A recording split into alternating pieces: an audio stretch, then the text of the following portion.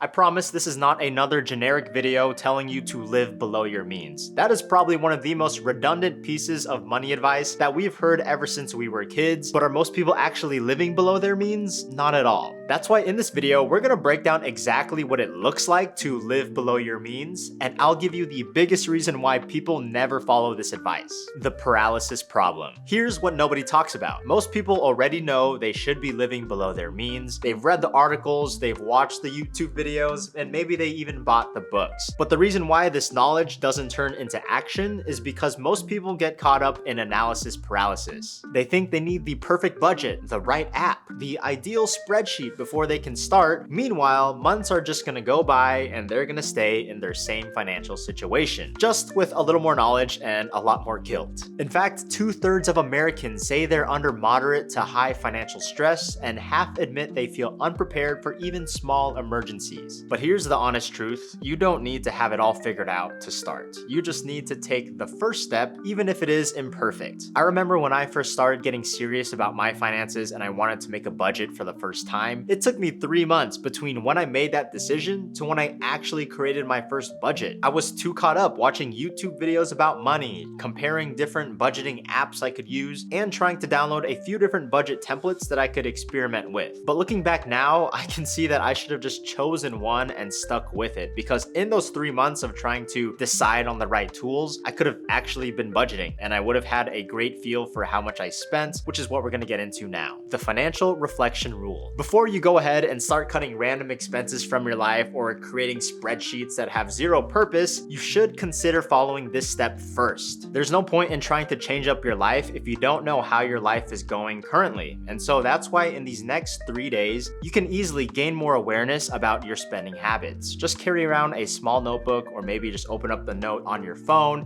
and write down every single purchase you make, every transaction that happens, every dollar you exchange, and everything you buy. This is a lot easier than trying to track all of your expenses for the next few weeks or the next few months, but just by doing this 3-day trial of recording your expenses, you can get a pretty good feel on how you spend. When I first did something like this, it honestly surprised me because I didn't realize how much money I actually spend with just each day of my life to survive. And a lot of the things I did spend on wasn't even for survival, it was just off of random impulse. But that won't be the feeling for everyone. Sometimes you'll realize you don't actually spend that much money, or you'll find areas where you can honestly spend more money. The point here is that you can't fix what you can't see. And this small act of recording 3 days of transactions is gonna help you see what you actually need to change. The number one focus. After these first 72 hours, most people wanna try and optimize everything all at once. They'll try to cut their grocery budget, start canceling subscriptions, refinancing their car, and they'll start meal prepping all in the same week. If you're married, that's probably not gonna go well with your spouse if you're trying to do all these things all at once. And this is exactly why 91% of people abandon most of their financial goals. It's very similar to what happens on January 1st when we set our New Year's resolutions. We think we're gonna reinvent ourselves all in one day just because we decided to change. But if we try to change everything all at once, we're usually gonna end up doing everything badly and probably give up. So instead, just pick one aspect of your spending to focus on for the next 30 days. Maybe it's your daily coffee habit, maybe it's your excessive food deliveries, or maybe it's a subscription that you actually don't really use. Choose the easiest win, something that is like low-hanging fruit, and that's a great place to start cutting out some of your unnecessary expenses. And honestly, I'm curious, now that you're thinking about it, let us know in the comments, what is some low-hanging fruit for you to start cutting out from your life? For me, I know there are some subscriptions that I can easily cancel because I don't really use them all that much. And I'm sure other people watching would love to get some more ideas on what they can start cutting out. The imperfect budget. Once you've honed in on this one aspect of your life that you want to change, now you're ready to create what I call an imperfect budget. This isn't the detailed spreadsheet that's color-coded that you see on social media on how people budget every single expense, but this is a great way to build a foundation for your first budget. I don't want you to try and categorize every single aspect of your life. I just want you to break up your expenses into just 3 simple categories. Your needs, which includes your housing, food, transportation, and of course minimum debt payments. Your future, which includes your savings, your emergency fund, and your extra debt payments. And then your wants, which includes entertainment, dining out, and other hobbies. Now you might be thinking, only 3 categories? What about my phone bill, my gym membership, my streaming services. Well, here's the thing. Those categories can fit within these 3 simple categories. We're not trying to break down our entire financial life into these small specific categories, but if we can divide up our expenses into just these 3 main categories, then that'll be easier for us to start altering and of course for us to actually take action on living below our means. The goal here is just to see if your basic needs, some savings, and some fun can all fit within your income. And if they can't, then you know you need to adjust. And if they can, you're already living below your means, so you just need to stick with it. If you're looking to get ahead and create your very first budget, something a little more specific than this, then we did make some other videos on this channel. Just check it out once this video's done. The weekly check-in.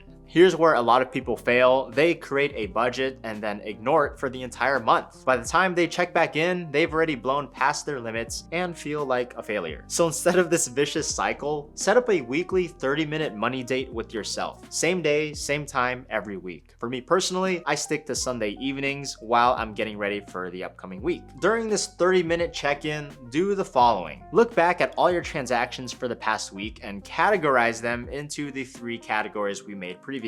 Once you do that, you'll know exactly what portion of your income is going towards your needs, towards your future, and towards your want. And once again, if your expenses are over that amount that you have coming in, then obviously you're not living below your means. And if it's under, you're doing a great job, and you can probably allocate more money to one of those 3 categories. This weekly check-in is a great exercise to get to know yourself. Of course, we're going to automate things later on in the future, but for now, it's really important to start seeing the numbers for yourself and for your family. The recovery plan. It's no secret that you're gonna mess up the first time you create a budget, even if it is this rough budget. For me, it took me at least 3 months to get a real feeling of how much I actually spent every single month. And after that 3-month mark, I was finally able to start creating a budget that truly fit my life and my lifestyle. So don't get discouraged when you mess up, not if, but when. Ask yourself, what can I learn from this? Maybe I overspent because I was hungry and didn't have snacks with me. Or maybe I bought something expensive because I was bored and went to the mall when I really should have been doing something else to cure my boredom. Don't abandon your entire plan just because of one mistake you made. Adjust and keep going. If you went over budget by $50 this week, see if you can save an extra $50 next week. Or better yet, figure out why it happened and prevent it from happening again. The 30-day push. After 30 days of doing these things that can help you live below your means, something magical starts happening. You start to feel in control of your money instead of feeling controlled by it.